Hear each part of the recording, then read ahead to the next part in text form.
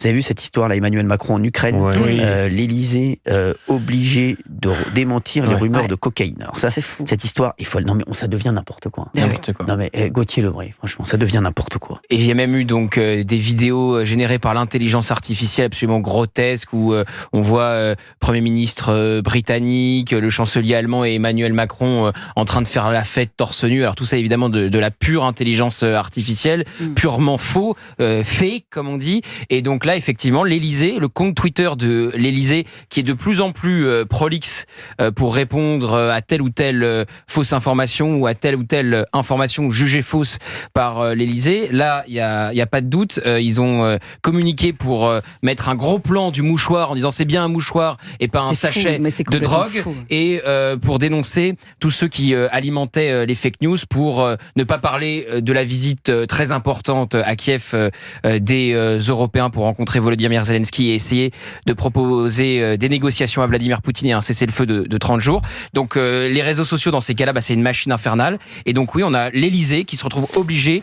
de dire non, le président de la République n'avait pas un sachet de cocaïne à côté de lui, mais un mouchoir. Voilà. Mais c'est un cercle infernal parce que de toute façon, plus vous démentez, plus on imagine que si vous démentez, etc. Il y a un fantasme. Donc en fait, à aucun moment on arrive à détricoter les rumeurs. Et la prochaine élection présidentielle ne ressemblera à aucune autre de ce point de vue-là. Très certainement qu'il va se passer des choses.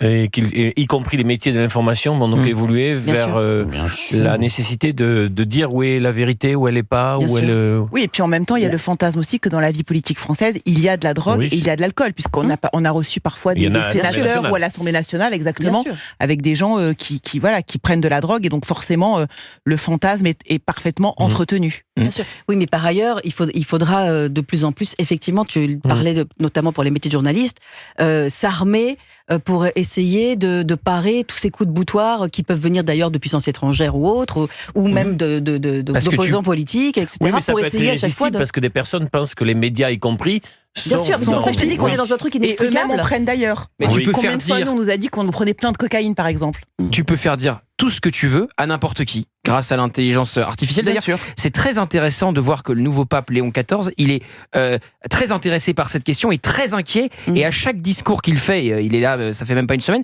il parle des risques de l'intelligence artificielle. Donc on voit que ça peut être, c'est une arme formidable et c'est une arme, donc ça peut être aussi catastrophique. Putain, c'est fou. Ça vous laisse sans voix. Non mais franchement c'est fou. Non mais j'ai vu les vidéos là, les trucs. Ceci est un mouchoir pour se moucher. Voilà. Ceci est l'unité européenne pour faire avancer la paix. C'est magnifique. Non mais franchement. Mais ce qui est intéressant, c'est qu'il faut répondre. Vous pensez Est-ce qu'il faut penser qu'il faut le problème, c'est que c'est un piège parce que si on ne répond pas, on laisse quand même enfler la rumeur, et si on répond, on prête le flanc aussi. Donc de toute façon, il n'y a pas de bonne réponse en fait. Alors, il faut savoir que ce compte Twitter de l'Élysée est actif depuis aussi, avec autant de messages, depuis très peu de temps.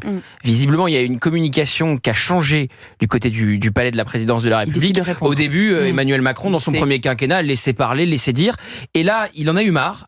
Il en a même parlé plusieurs fois face aux journalistes, quand on a dit, je sais pas, il va démissionner, puisque la dissolution est ratée. Donc, on voit que ce compte Twitter est très actif et visiblement, les consignes sont de ne plus rien laisser passer, y compris des fake news grotesques comme celle-ci. Mais ce qui est intéressant, c'est que là, on va au-delà de l'intelligence artificielle, parce que là, c'est un élément qui existe vraiment dans le décor. C'est-à-dire, c'est pas une image qu'on a trafiquée, c'est qu'on fait. Mais après, en plus, tu as eu les images qu'on a trafiquées. Voilà. C'est-à-dire qu'on fait dire des théories à partir d'un Kleenex qui est posé sur une table. Donc là, à partir de là... Parce qu'il enlève le Kleenex de la table au moment où les photographes viennent prendre la photo, et donc des gens mal intentionnés ont commencé à dire il va enlever un sachet de cocaïne de la table. Après, le couple présidentiel est quand même à la merci de beaucoup de complots. On se rappelle aussi de tout ce qui a été dit sur Brigitte Macron, immonde, qui continue encore avec des opposants politiques absolument minables.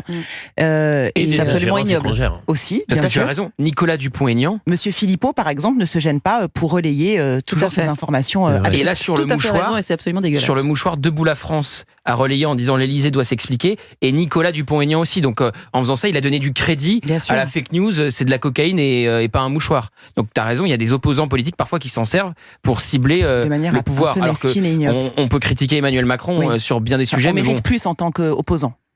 Pardon ? Je dis l'opposition mérite plus que ça. C'est pas une augmentation, ça. Oui, plus. Enfin, mieux, oui, exactement. Et il n'y avait pas une histoire de montre. Il n'y avait pas une histoire de montre aussi avec Emmanuel Macron. Il avait retiré sa montre parce qu'elle faisait. Elle tapait sur la table. Et après, on avait aussi fantasmé. C'est une montre qui vaut des dizaines de milliers d'euros. Sur le prix de la montre et tout ça. Ah ouais, si Benaïm enlevait ses montres, je peux vous dire. Elle est sans montre, là.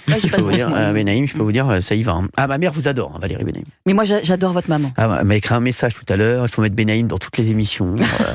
Moi, je l'embrasse très fort. Benaïm partout. Elle veut Benaïm. C'est ma supportrice. Je l'aime beaucoup, votre maman. Partout.